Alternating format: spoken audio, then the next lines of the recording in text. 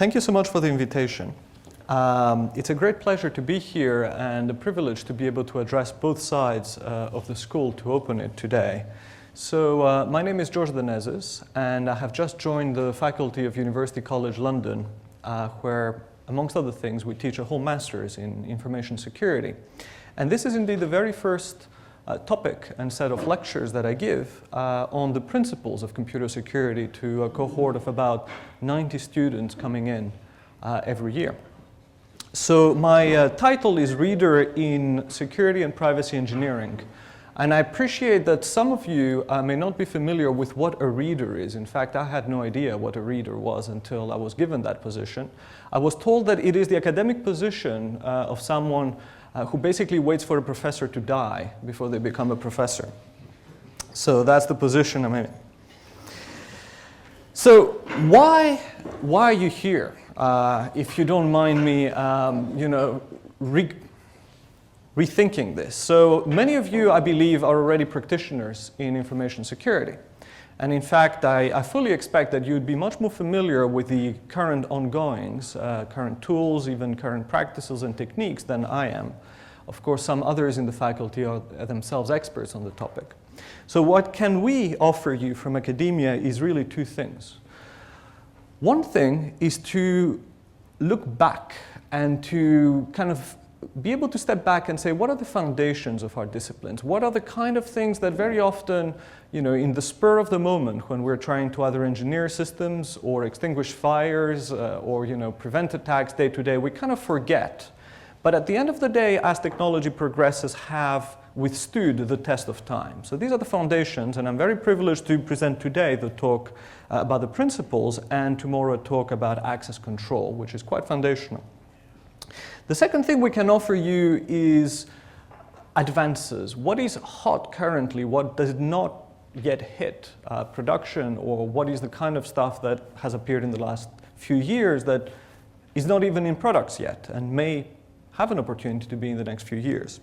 And I will have the opportunity to talk about privacy-friendly computations in that topic, selective disclosure credentials and the latest thinking about them, and online currencies on Friday.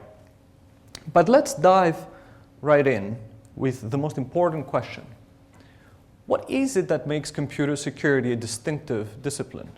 At the end of the day, if you look at the security landscape, it's quite a young field, and you will see people who come from all different walks of computer science.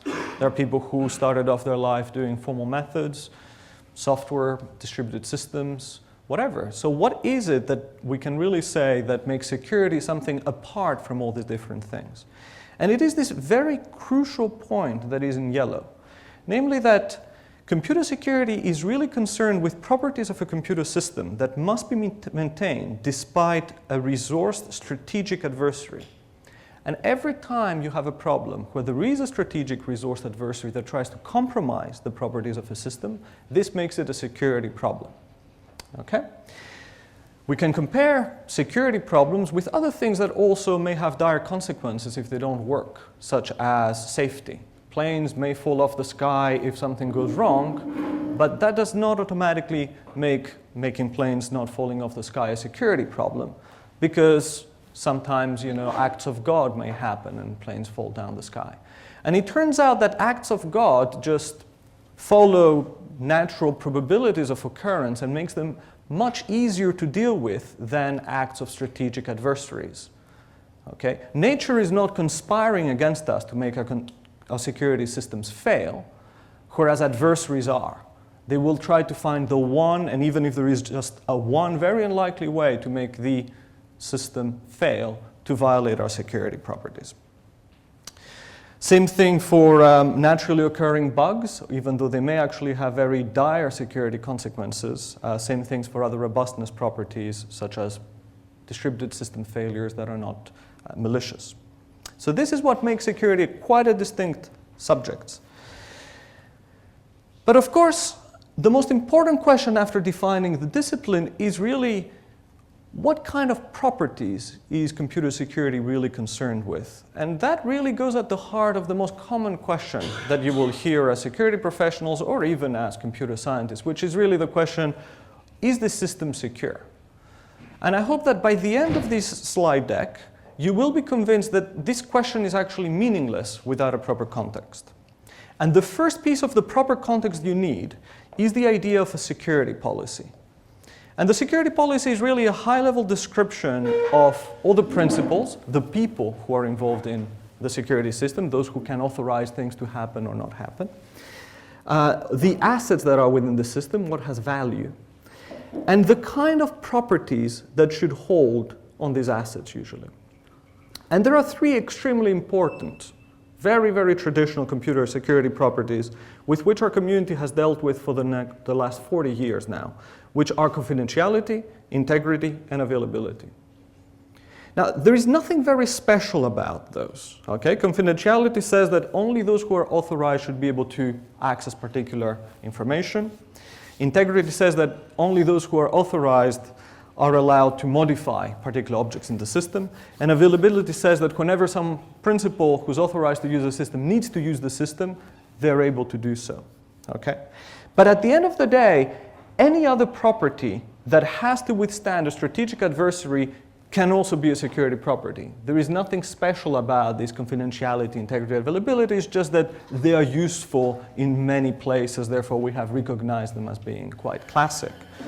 Other properties may be authenticity, namely that you need to actually know who it is that is performing a particular action, despite an adversary trying to impersonate something. Anonymity is a property very dear to my heart because I have spent many of my tender years trying to achieve it for communications. Non-repudiation says that a principal should not be able to deny that they perform a particular action after they performed it. Okay? And forward secrecy is the property that if a system gets compromised, the attacker cannot go back and read previous secret. Yes, finally a first question. So I respectfully question some of the others and the reframing. Like, I would just say that forward secrecy is just a clarification on confidentiality. And non-repudiation and anonymity are just subsets of authenticity. Is that fair, or are these really separate? I think it is fair. I think that to some extent, the three main properties, confidentiality, integrity, and availability, are kind of meta properties to some extent, because confidentiality really is everything about just observing a system and learning things, right? Anonymity, for example, is of course a version of confidentiality because by observing the system you should maybe learn who's talking with whom or who is associated with a particular record. Integrity, again, is a kind of meta property in the sense that really it's all about the system does what it would do even if the adversary was not there, despite of course the adversary being there. So I agree with you that these are kind of very broad families. But let's take another example. How should we call, the property that, in a very specific system, Alice is allowed to see the file only if Bob has said that they should, and Deborah also is in Japan. So access control. Right. So, you know what I mean? Sometimes, these properties, they're just basically a program that has to say yes. And I see very often my students being very confused because there is no name for a lot of these properties, right? And what I'm saying is that, we shouldn't really focus on the names. What really matters is that our system should do the right thing without basically the adversary being able to influence it. And this is indeed my last point. Some properties have no names, but you should not be actually fazed by this. If you can actually specify what is the property that holds in the system, you have a security property if an adversary tries to violate it. Now, the second very important thing in understanding whether a system is secure or not is basically understanding what a well-resourced strategic adversary really means. Was that a bit loud? A little bit. I'm used to talking without a microphone to a whole lecture theater. Sorry about that. And really the key concept there that one has to look after they define the security policy is what is the threat model? And I have a very peculiar take on what is a threat model. Effectively, the threat model is a very detailed description of the capabilities and resources available to the adversary to violate the security properties. Okay? So, for example, what kind of parts of the system the adversary can observe? Okay? Which parts of the system the adversary may be able to modify? Which principles in the system are they able to corrupt? Can they corrupt them all at the same time, or maybe just a fraction, or maybe just corrupt one at a time? This is described in the threat model. And really, the threat model is limited to being resources and capabilities, but it does not actually specify the strategy of the adversary in mobilizing those resources in order to attack your system. The adversary is totally free to say, I have all these pieces that I'm allowed to use, and I will use them in the best way possible to violate the security property of the system. And this is extremely important. Okay? We ask what the adversary can do, not how the adversary does it. Okay? The adversary will do the worst thing possible. That's always what we should assume. Now, let's take a few examples that have appeared quite recently in the news, and I actually picked this one because it relates to Belgium. So this article appeared in September 20th last year. And to make a long story short, even though it is actually quite short already here, it describes how GCHQ, the UK Secret Service, effectively hacked, to put it bluntly, a router at Belgacom through various ways to be able to observe traffic on the wire. Okay? And the question is, what is the security policy of the system here? Who are the principals? What are the assets? What are the security properties they try to maintain? Any ideas?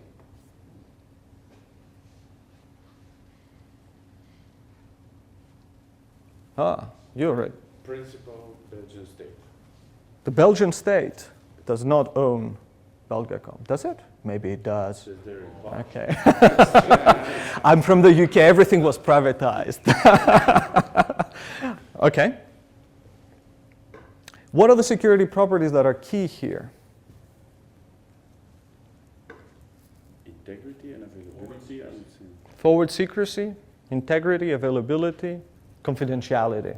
That is the main thing that really went south. And we will talk about the integrity and availability in a second. Okay? And the threat model here, of course, that the system should have been designed with is pretty harsh. You have a nation-state adversary that basically has one of the largest intelligence budgets in the world that is effectively investing in order to violate the security properties of a company in Belgium. Okay? And of course, they can mobilize resources that are quite significant. Okay? So that's one end of the spectrum. Big telco, national telco, even you tell me, of a great nation, against the secret services that are well-funded, ruthless, I can tell you that, I've lived in the UK for 15 years, of another great nation, that are meant to be allies. Very ugly. Here is another example. Again, a story from September 30th last year. It turns out that some state, I think it is California in the United States, has decided that it is educationally beneficial to give iPads to school children. Okay? And of course, they are for educational purposes. Okay? So what they did is they thought that it would be wrong for the children to look at things that are not educational on them. So they kind of blocked a number of sites, including Facebook. Okay? And I think that was the greatest mistake.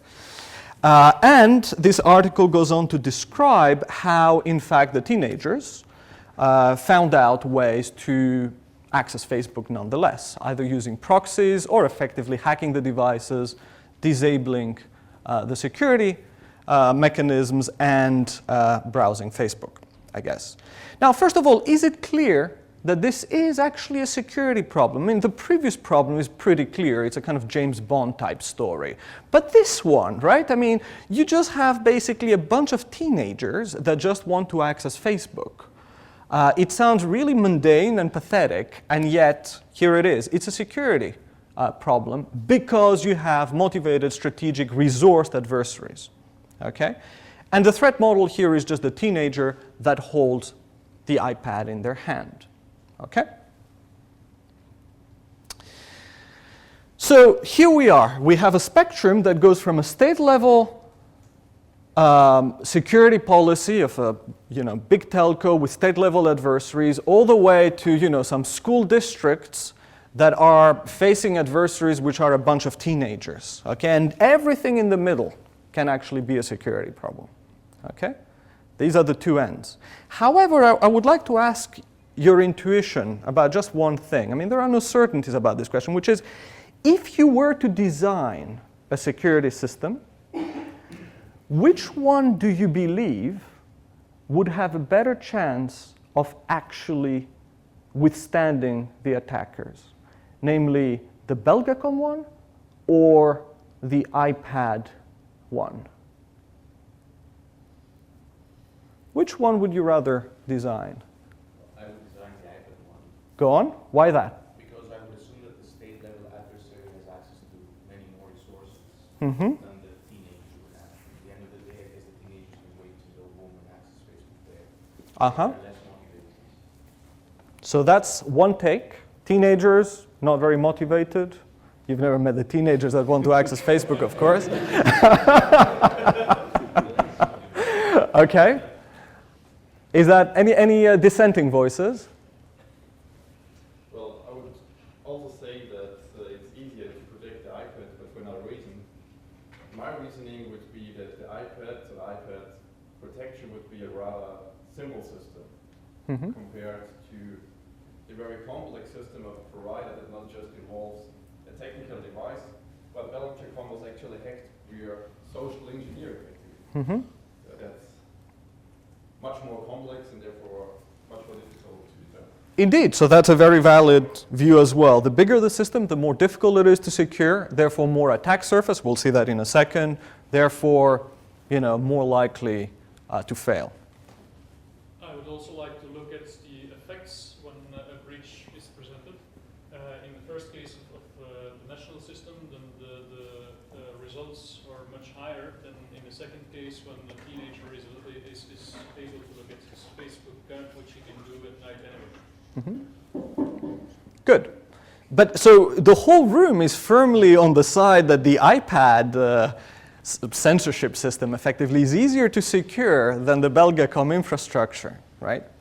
However, I will dissent. I will say, and your opinions are very respected and no one has a crystal ball here. In fact, pretty much all of the security systems have failed in practice, so it's kind of difficult to speculate about which one is easier to secure. None of them were secure. They both failed. But funnily enough, looking back at the history of securing devices to prevent them from doing what their users want to do, it's pretty bleak. In fact, no DRM system has pretty much withstood attacks of the adversaries that held it in their hand. And the teenagers have, at least in theory, an advantage that GCHQ does not have, which is they have physical possession of the device that has to be cheap. Okay? Therefore, even though I agree with you that, of course, GCHQ has many more resources, etc., etc., etc., the resources available to protect these iPad devices are also low. And this is the worst part, the teenagers have them in their hands. They can do anything they want with them. And basically, if one thing is something that we have learned from the history of fielding such systems is that it's very difficult to protect systems from people who just hold them in their hands. Yes? Yeah, to your point, for the second one, just go jailbreak it, game over. Exactly. There's so many jailbreak kits out there, or plug it into a Linux distro, and there's all kinds of iPad rippers. In fact, as a teacher, they say the time to deliver an iPad until it's compromised is less than an hour for most students who want to do it. Indeed. And it is not just the iPads in that sense. Every other device where there was restrictions on the users of that device in being used has been hacked to allow the users themselves to do whatever they wanted with their device. Approved by reduction. So the GCHQ can hire teenagers and promise them And stop them from using Facebook except if they hack Belgacom. So, let's take one note so far. First of all, I'd like to point out and remind everybody that there is a huge asymmetry in computer security between attack and defense. The job of the defender is to prevent all possible breaches into the system. All security properties must hold all the time against all possible ways of using the adversary's resources to penetrate the system. Okay? The job of the attacker on the other side is much simpler. They simply need to find a single way to violate a single property, even just once. Okay? And then your system is broken. Okay? So the economics are really stacked against defenders. And this asymmetry also defines why, fundamentally, it is very important for attackers and defenders to understand each other's job. It is important, but it is fundamentally also a different job. It is not the case that if you're great at attacking, you automatically will be great at defending systems, because you suddenly have a much harder job to do. And in fact, I meet lots of people who are great hackers, who basically say, I wouldn't know how to secure this system, I just know how to get into it in 10 ways. Maybe there is an 11th way, I wouldn't know how to prevent that. So we need a very systematic way of actually designing our systems to prevent all attacks from happening, which is different than just trying many attacks until we run out of ideas. The second question, and here again I would like your opinion, is, are the motives of the adversary all that important? Because so far I have said we have the defenders of the system. They define which properties are important to defend. We have an adversary, which again the defenders say has a particular set of resources, not which particular strategy. Does it really matter if the adversary is motivated to attack the properties of the system because of money, fame, because of some weird secondary effect? What do you think? I would go say yes. Go on. Maybe not in the scenario where one breach and the defender has lost, but in the scenario where it can tolerate 5% of breaches, for example, there you can game the system perhaps to make economic incentives for the attacker to choose the path you would want them to, well, let's say the user to choose the path that you want them to, and not to become an attacker. Mm-hmm. So I think that this point is a great controversy even within the research community, whether motivations really matter. Half the community takes a criminological approach, a crime science approach, saying there is a crime here, there are motivators, there are ways of preventing it. If only we increase the costs and make it unworthy for the adversary to reach an objective, they will just go away. The other half of the community says, well, money is just one motivation for the adversary. There are many motivations for the adversary. GCHQ, for example, was not motivated by money. And it's not really clear what you would do to actually... strongly debate that conjecture with respect. There's a lot of insinuation that the GCHQ, the NSA, and other countries around the world are conducting these anti-privacy and attacks specifically for economic espionage. So I think money really is a huge factor in some situations. For intelligence, I agree with you, like military intelligence, but there's a lot of conjecture that's industrial espionage as well going on by those agencies. No, absolutely. So I'm not here discussing the goals of what it is that one wants to read on the wire. I am just saying that the other school of thought says if we're too focused on a particular business model of the adversary, namely, for example, that they may wish to look at traffic in order to do a particular scam, why not? We might be blinded to adversaries that have totally different goals that we could just not foresee at all, and will still be motivated to attack our system, maybe in different ways than the way in which we think makes money. And I'm nitpicking you, but I really like the train of thought here a great deal, so my apologies.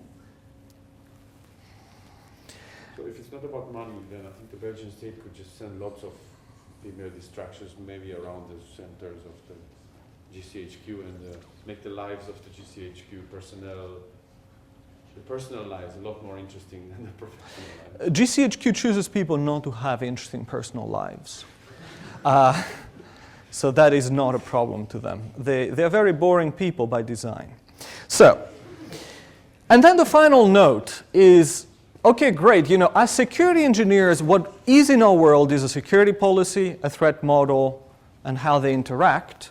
But of course, the question then is, where do security policies come from? And this is really where the hard stuff starts. And thankfully, this is not my job, okay? So this is the job really of people who have to formulate the policy, which has to take into account some part of engineering, which is my job, but also some part of the business needs of an organization, risk management, legal compliance issues. And as soon as any of these change, of course, the security policy will have to change and technical things may change in the system.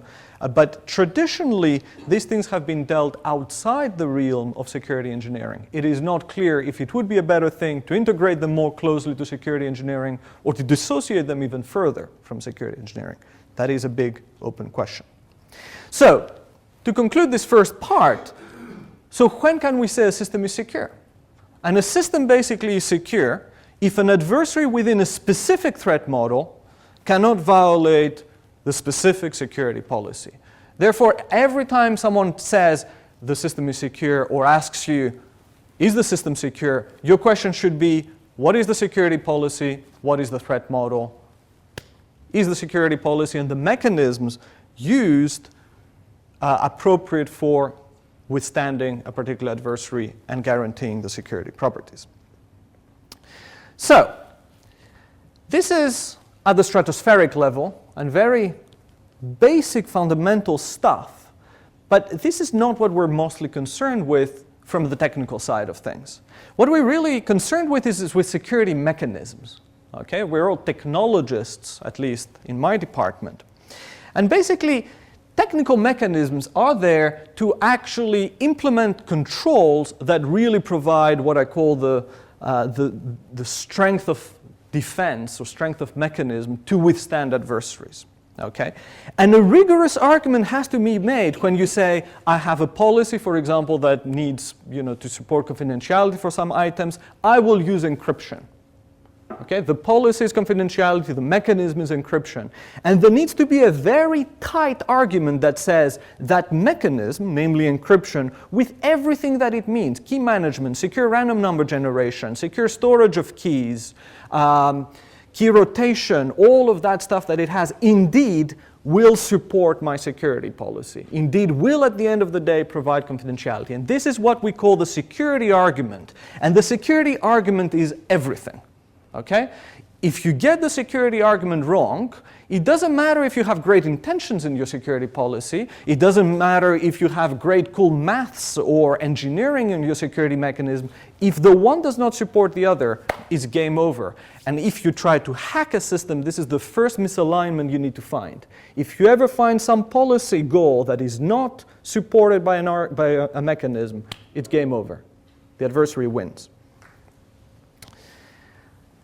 So, let's take an example, because this idea between the policy and the mechanism is actually much more complex than I initially thought when I started teaching it. So this is the Google login page. This is a beautiful photo that my mother took. She's very talented. So there are two things going on here. It's clear that this is part of the login page of Google as part of their single sign-on. Okay, so I would argue, there is some authenticity need going on here. Okay, Google wants to know who I am to give me access to particular things because presumably it is within their security policy that only authorized, authenticated users can perform actions on their accounts. Yes? This goes both ways as well.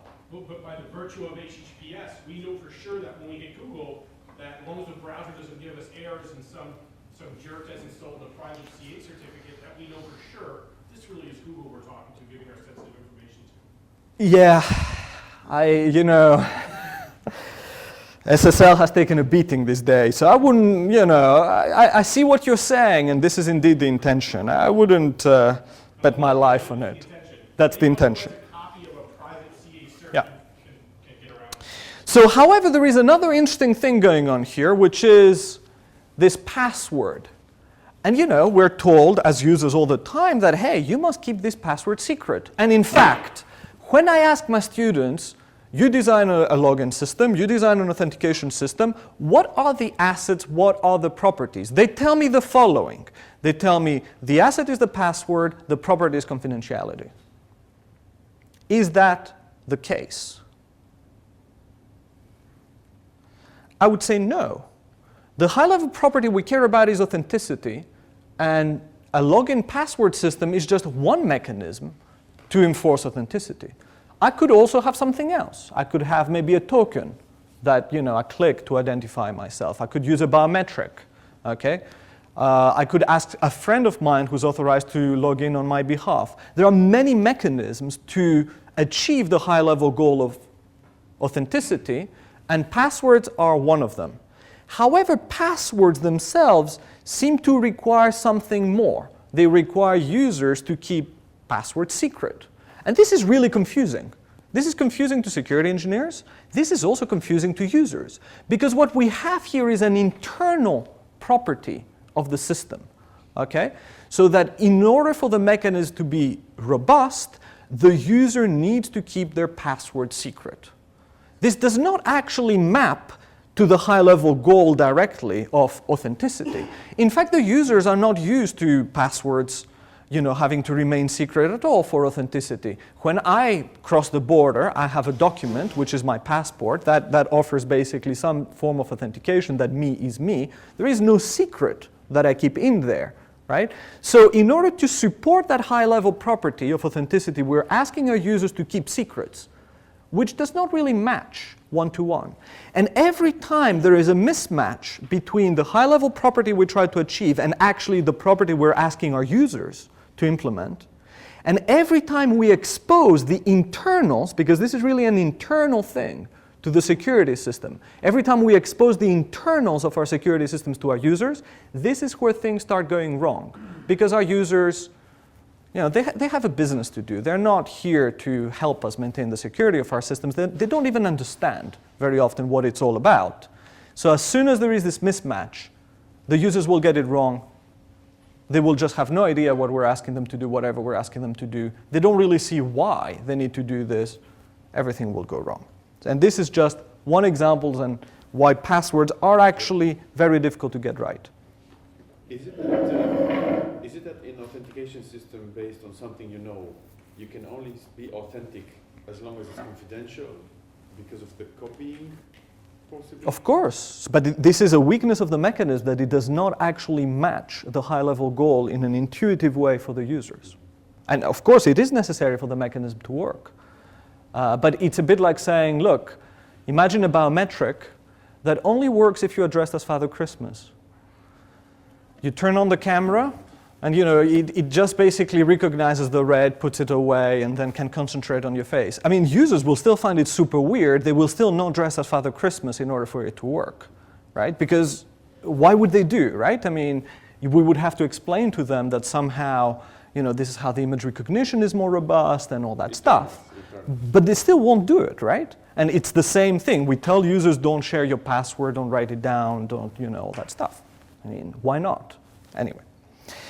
Now, so how do we go about a systematic way of designing secure systems? This is really an important question. And Ross Anderson, who was my teacher, presented us basically with this pyramid, which is his own invention, and I use it here. And he says, really a security system is like a pyramid.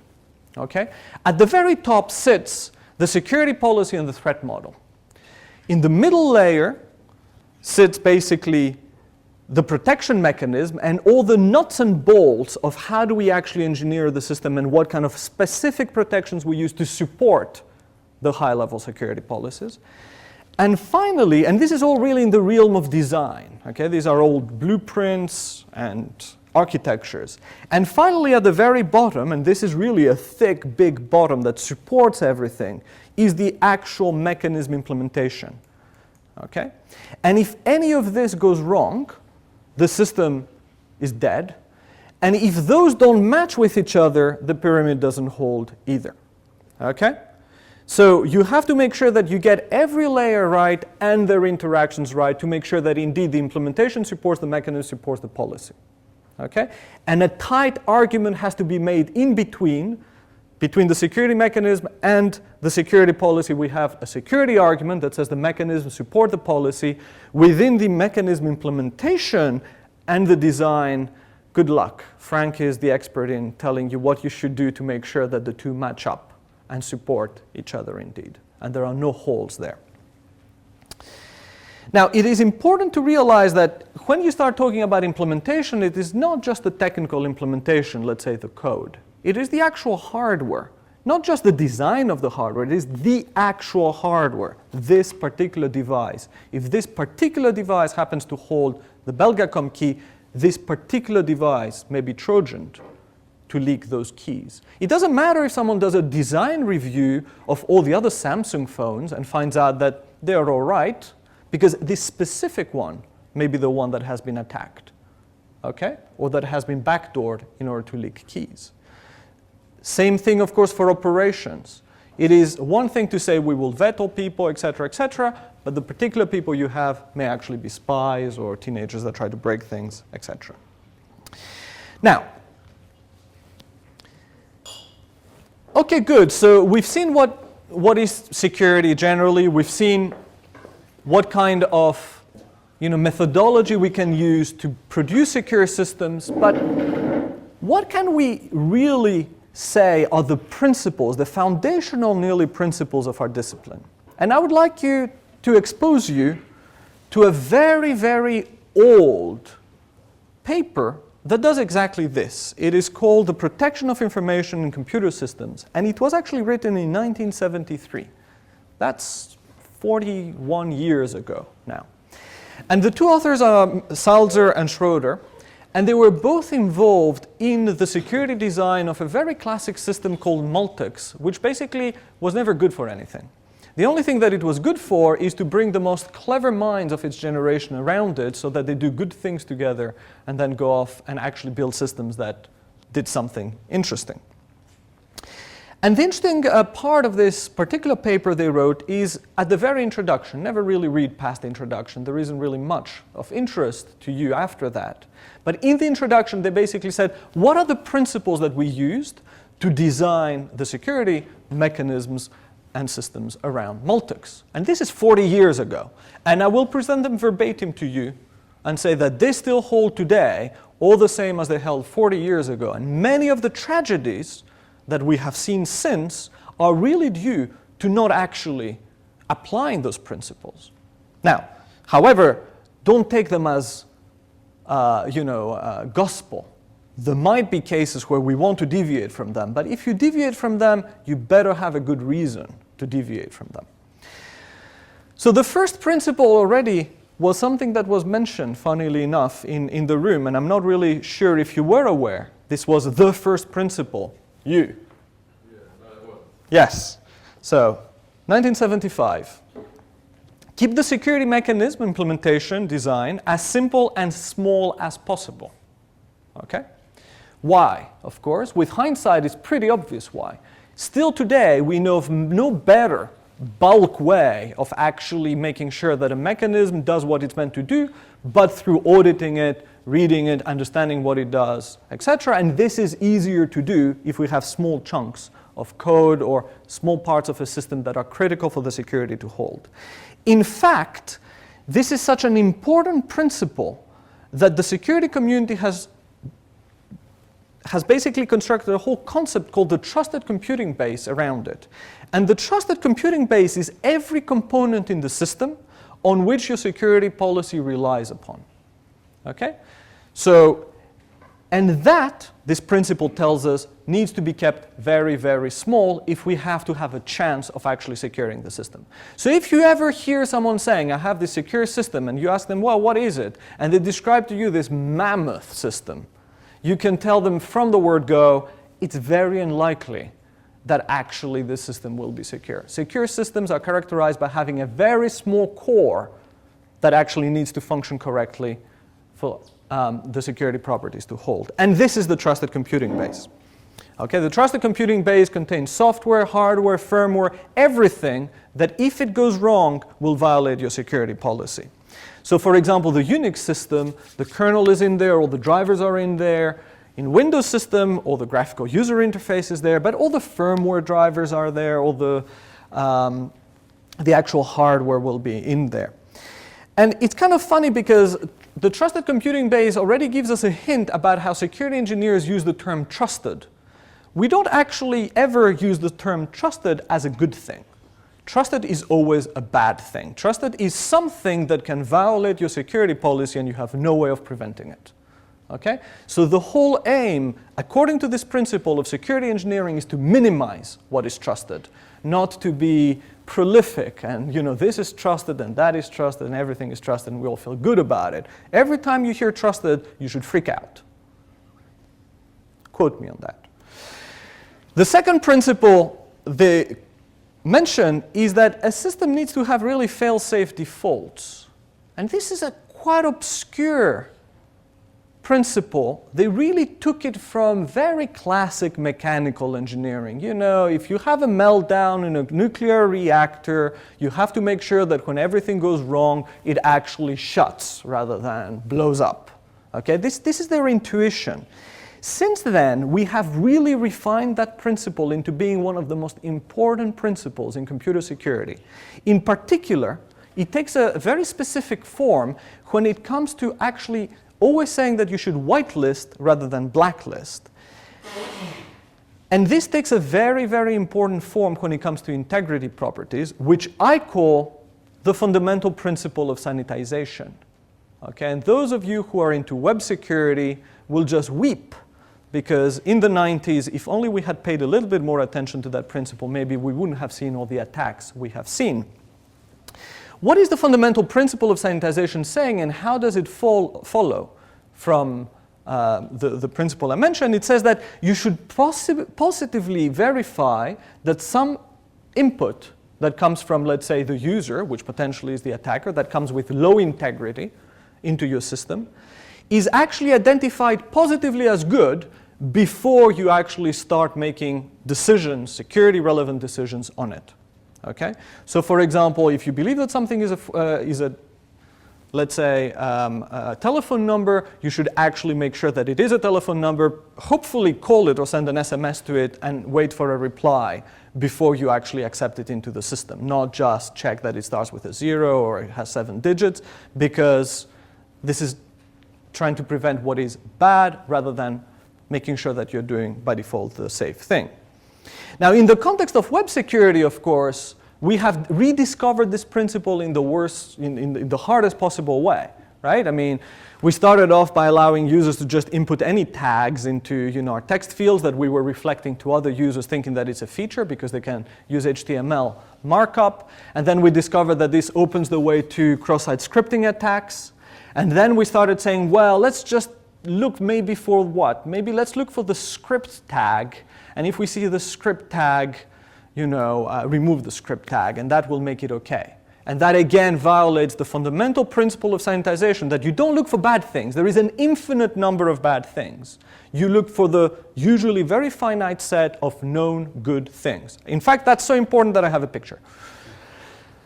Okay, this is Bob, could be an attacker, sends to Alice, hey, take this object, make security decisions on that object, on the basis of that object.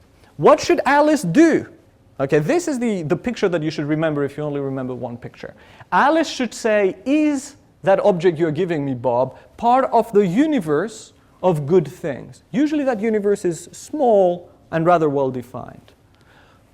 If it is, she accepts it. If it isn't, she just says no.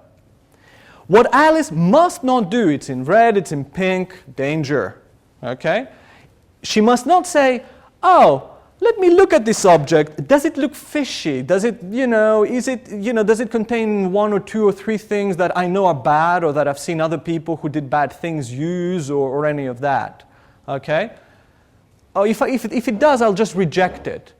Why is that unsafe? Because the actual universe of bad things, this is just the tip of the nose of the massive iceberg of the huge turtle that carries the universe of bad things, which is infinite.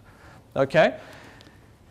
The actual universe of bad things is infinite. If you try to identify something as bad, you'll never, your list will just keep growing and growing and growing. You should never do that. You should instead learn to identify things as good. The third principle is complete mediation. And that principle says that every access to every object, that are security relevant, of course, must be checked for authority. And this is the basis of access control. Access control is in fact based on having a piece of code, which is usually called the reference monitor, that does exactly that. Every time an action is to be taken in the system, it has to be compared with something that at least encodes the security policy, or some derivative of the security policy, to say, is it authorized or not? Now, this sounds like a super simple principle. And you would wonder, well, why is not everybody doing that? It's like really, really basic, right? Of course, we're doing computer security.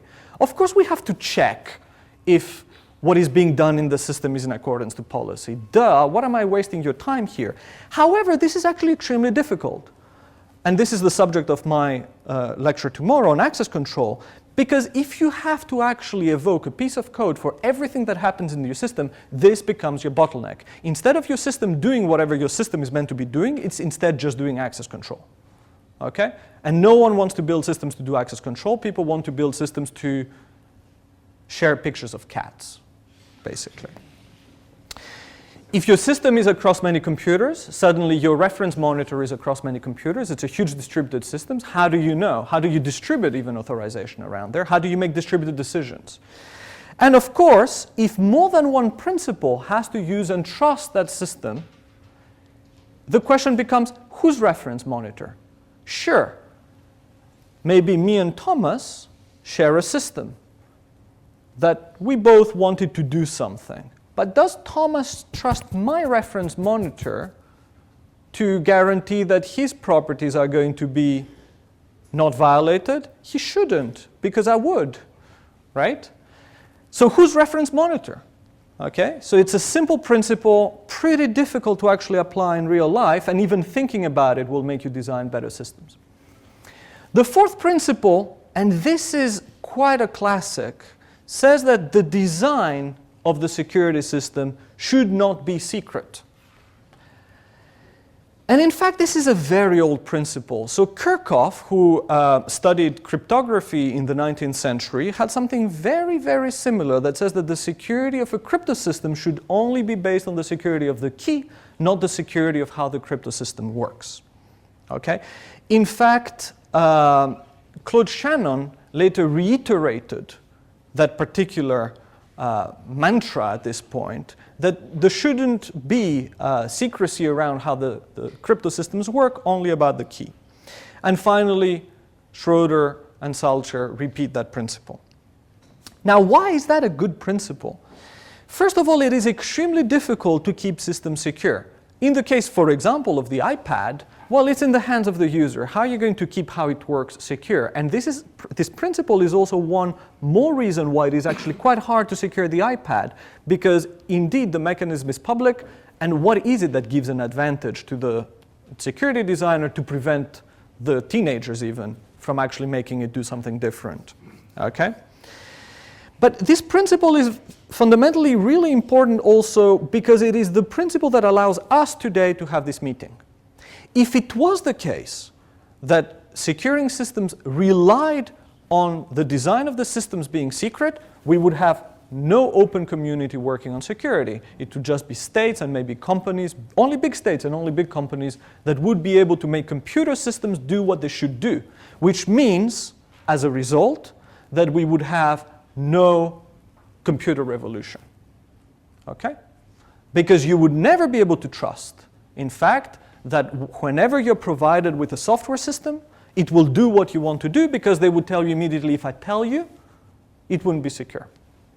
And therefore, we wouldn't trust our systems to run our hospitals or anything like that, because we would just never be able to trust that they would do the right thing. You have an objection? Do you believe in any counterpoints to this argument? Yes, here they are. So, so one question that I often have heard is, well, that's a good principle, okay, but does it really mean that we get no advantage from security by obscurity? Clearly, it is better if we design our systems on the basis that the design may become public. But should we go out of our way and really make it public, what harm does it do to keep the system secret, but of course not rely on that secrecy to secure it, just rely on it to make it more hard maybe on the adversary to get to it? I mean, it can't harm, would it? Indeed, it is a form of defense in depth. And I buy that argument in a very specific scenario. If you as a customer of an IT system buy an IT system, commission it, define its properties, you're the only user of that system, and no one else will ever basically use that system to rely on it for anything, then I think that argument is actually quite sound. Okay? However, most interesting computer systems are not like that. Let's take the example of Belgacom that got hacked, right?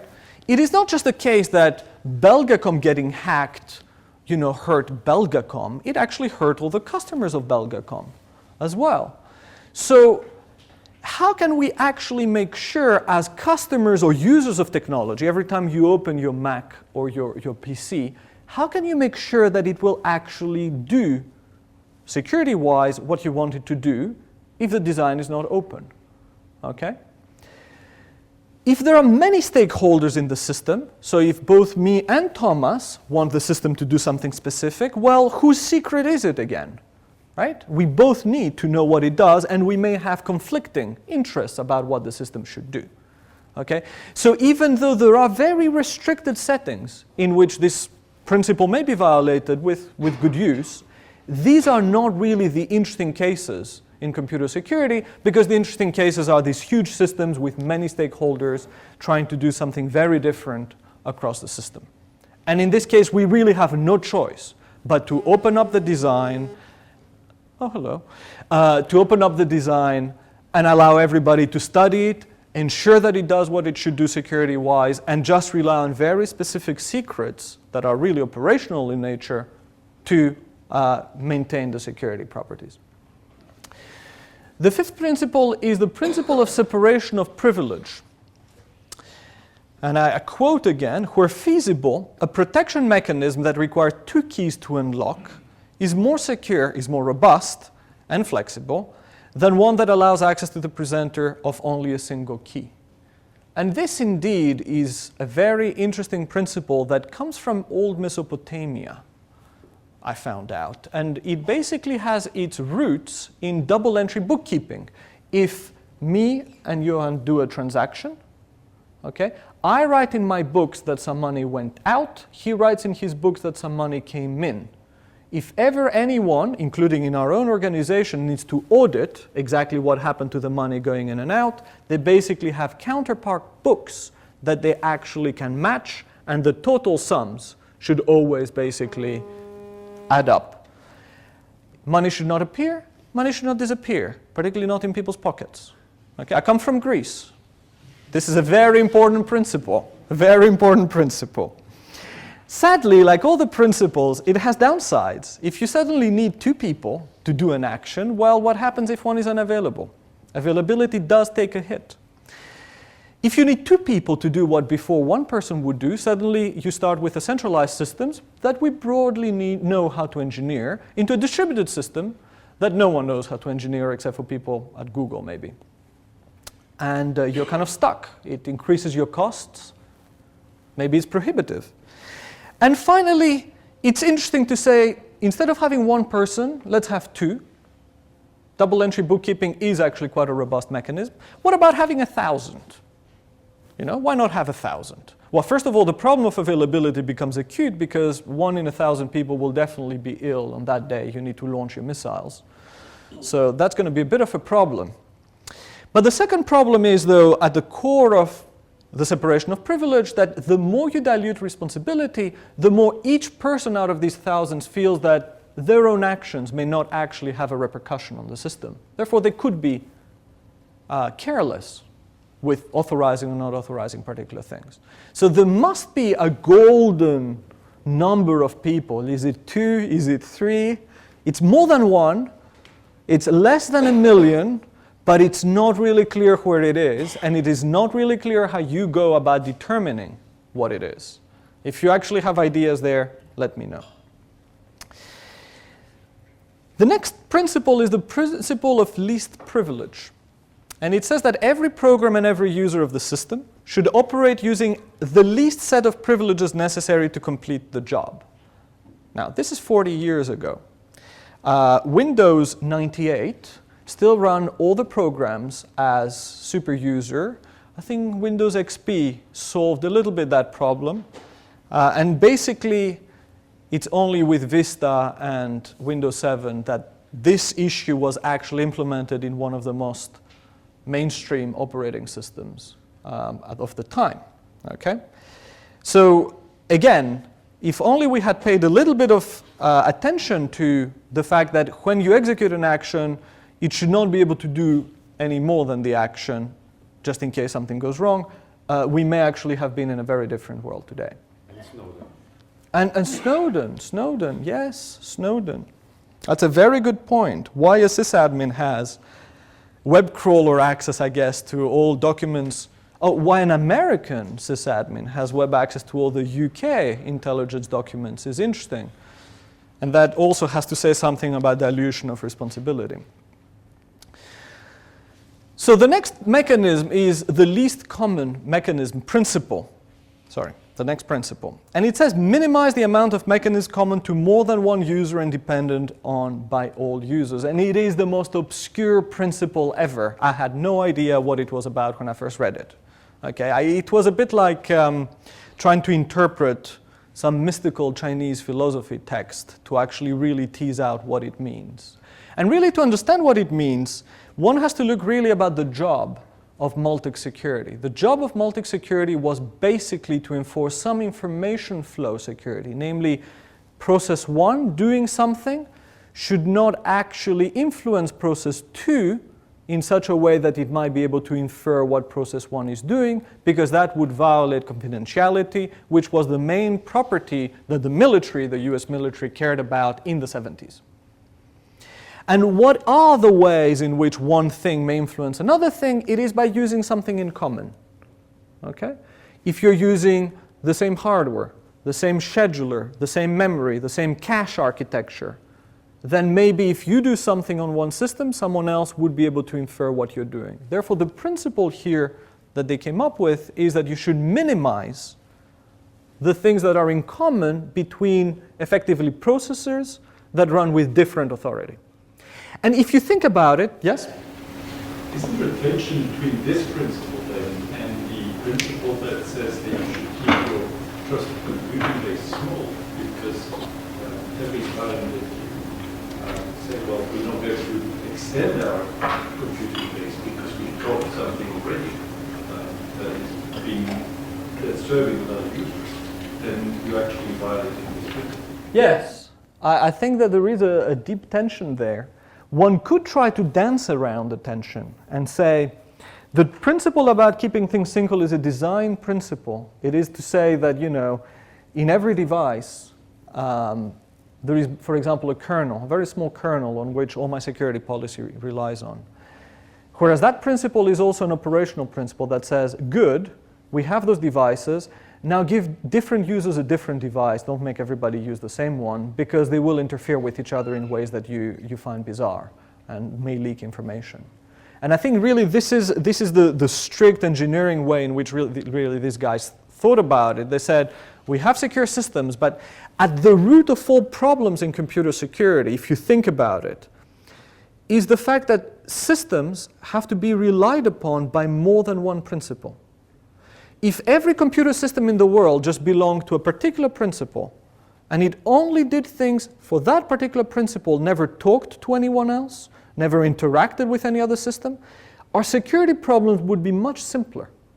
Because of course, we would just let that thing do whatever it does, get the answer, nothing bad would come in, nothing bad would ever come out. Right? Our security problems really start because of this. Namely, because different principles and different circles of authority have to somehow use mechanisms in common, be it computer networks, shared operating systems, shared use operating systems, infrastructures. Okay, and this is where the problems are more acute. And this principle says, to keep things simple, if possible, keep different systems separate if you can. Right? So I don't think that the tension is there if one actually really looks at how they really meant it in the context, at least, of Multics. Does that address a little bit your concern?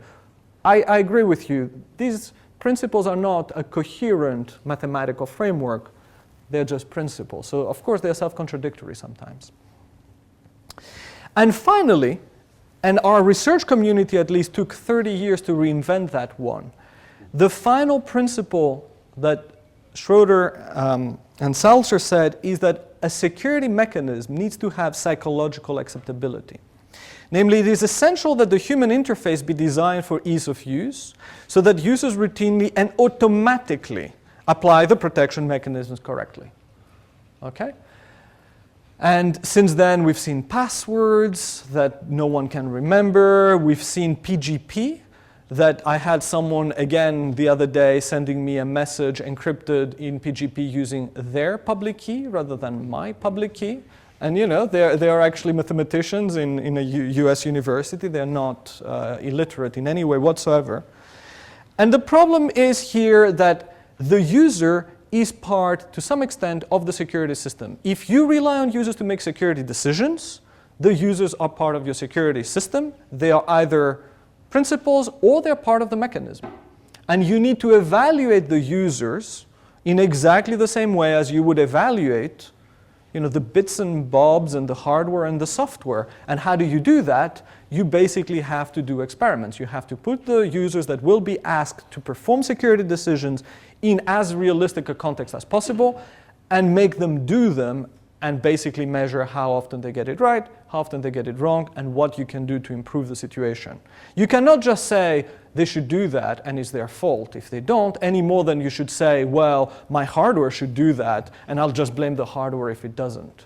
If you design something on the basis of users, in the same way as if you designed on the basis of particular hardware, it is your job as a designer to make sure that whatever you're designing it for is fit for purpose.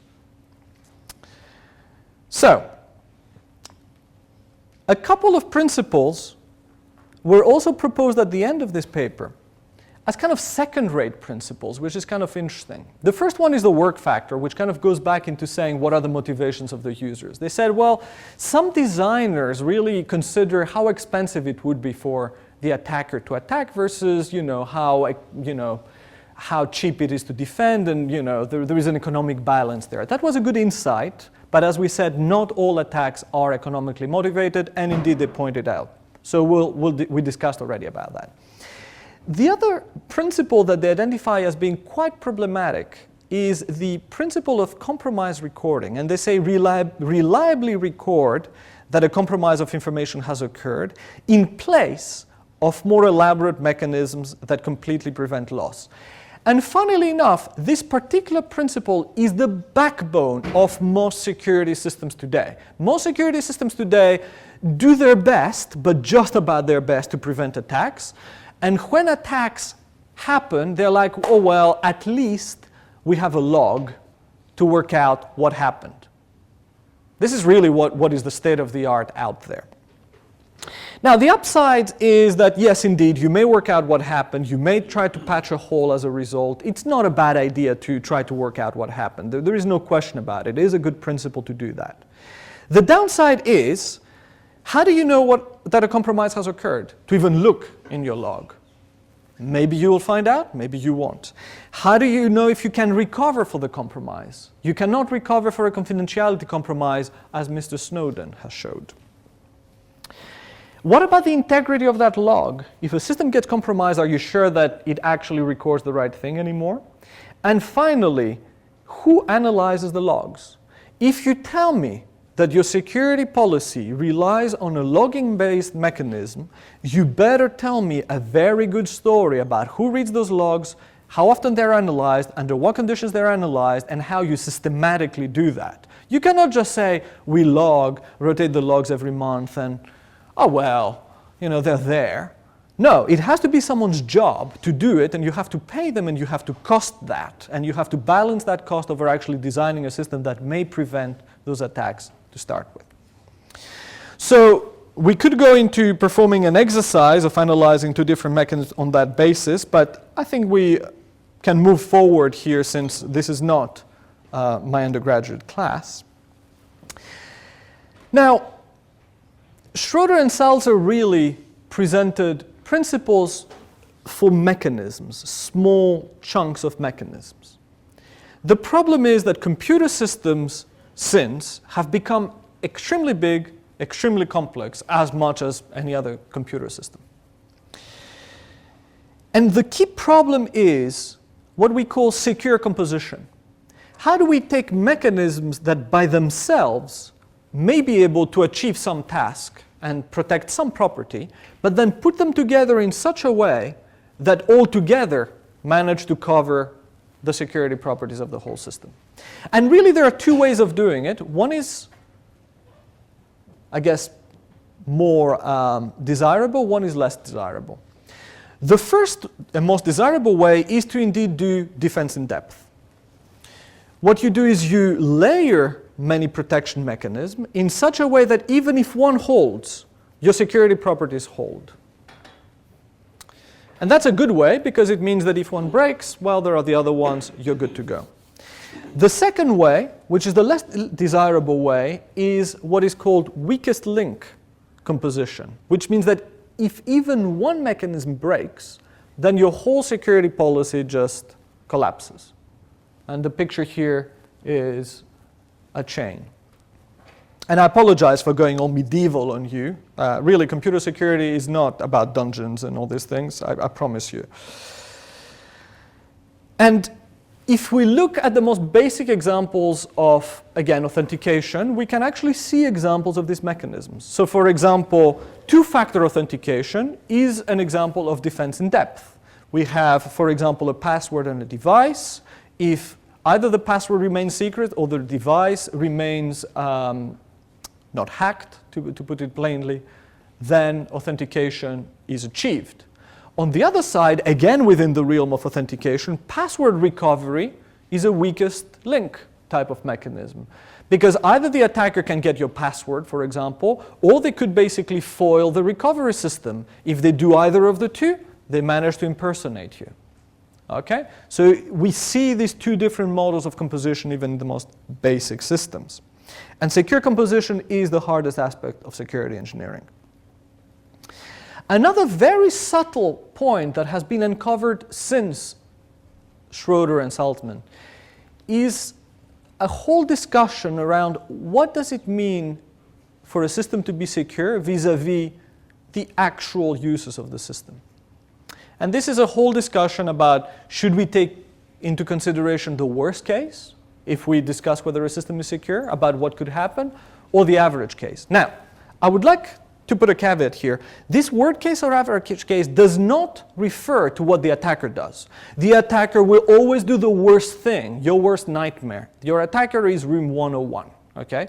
So they will always do the worst thing. The question is, should we actually protect the system for the average thing the honest users do, or for the worst thing the honest users do? Let me give you one very practical example. Imagine we were designing a secure soundproof room in the middle of this particular room so that we can have conversations with each other privately without someone outside hearing us. One way of designing the system would be to say, let's observe at what volume people usually conduct conversations. Yeah? Maybe we will take the more shouty, like me. Yeah? Delivering a lecture, yeah, that happens in this room. So we will make sure that we soundproof the room to the level of, let's say, George delivering a lecture. Okay? So that's the average case still, because it's like, well, let's see what happens and let's try to protect that. The worst case would be to say, what is the worst thing that honest users could do in there, which is really to have probably a techno party or, you know, some kind of heavy metal concert in there, right? I mean, that is probably the worst thing that could possibly happen in that soundproof room. And say, since that is also possible, even though we haven't held many concerts in here quite yet, but since it is possible, we have to soundproof the room at that level. Okay? And you can see that the cost of the two different scenarios would be quite different indeed, because no matter how much I shout, I have to say, I have met heavy metal singers that can really outdo me. So this is a big question about which loads do you support and which loads do you think will be secured, and that will cost you. And this is the discussion. So engineering secure systems, I hope I have convinced you, is something you can do half systematically. If you start off by saying, what is my security policy? What is my threat model? What are the security mechanisms? How do they link up to those?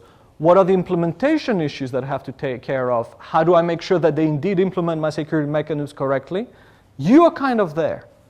However, these things are hardly ever independent from everything else in the system.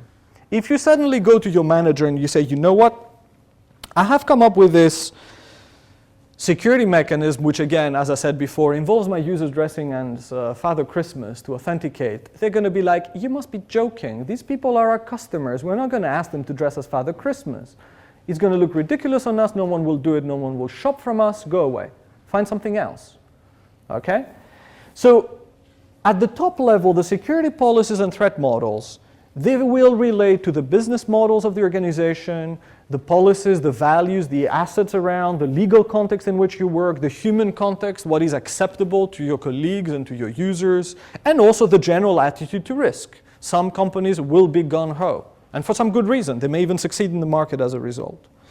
The security mechanisms themselves will have, since they are technical things, to interplay with other technical things. As I said, if your reference monitor takes 90% of the CPU time your system uses, no one will ever take it. If in fact it takes more than a very, very, very small fraction, no one will take it. You can ask again Frank about what overhead memory management protection to avoid buffer overflows have to have and how low it has to be for the industry to adopt them. And it's basically less than 1% overhead from my experience in Microsoft.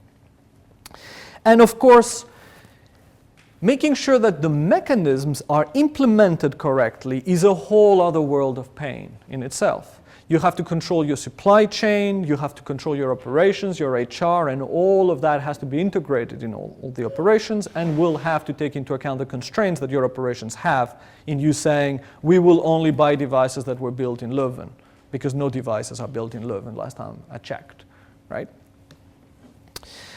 So a final note on principles to leave you with them.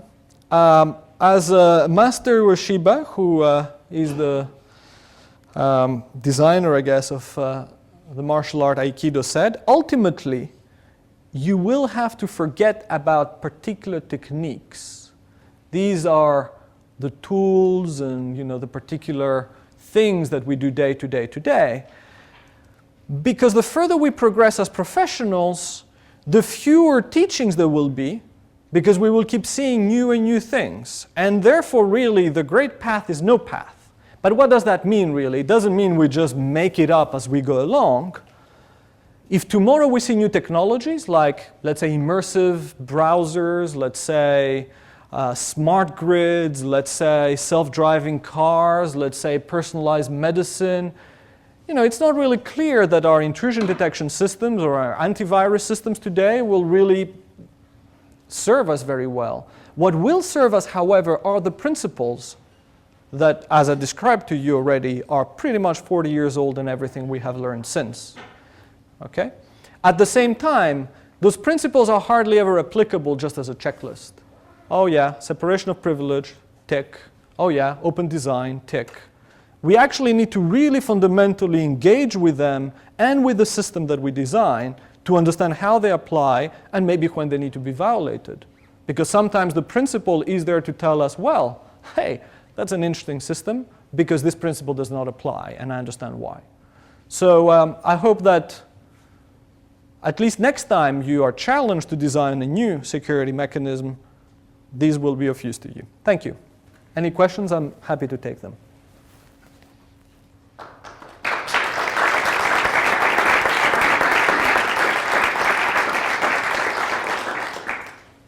I think we have 4 minutes for questions, but of course I'm available afterwards. Everybody shy suddenly?